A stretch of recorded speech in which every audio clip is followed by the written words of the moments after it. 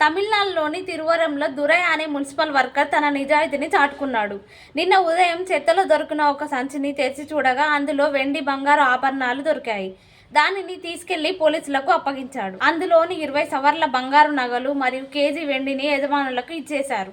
దీంతో కూతురు పెళ్లి కోసం దాచుకున్న నగలు తిరిగి దొరకడంతో యజమానుల ఫ్యామిలీ సంతోషంలో కన్నీరు పెట్టుకున్నారు.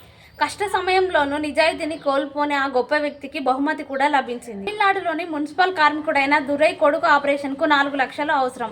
చేతిలో డబ్బు లేవు. అలాంటి సమయంలోనే 20 సవర్ల బంగారు నగలు మరియు కేజీ వెండి దొరికాయి. అయినా కూడా ఆయన నిజాయితీని కోల్పోకుండా వాటిని పోలీసులకు అప్పగించాడు. కష్ట సమయంలో కూడా నిజాయితీని కోల్పోని ఆ గొప్ప వ్యక్తికి బహుమతి లభించింది.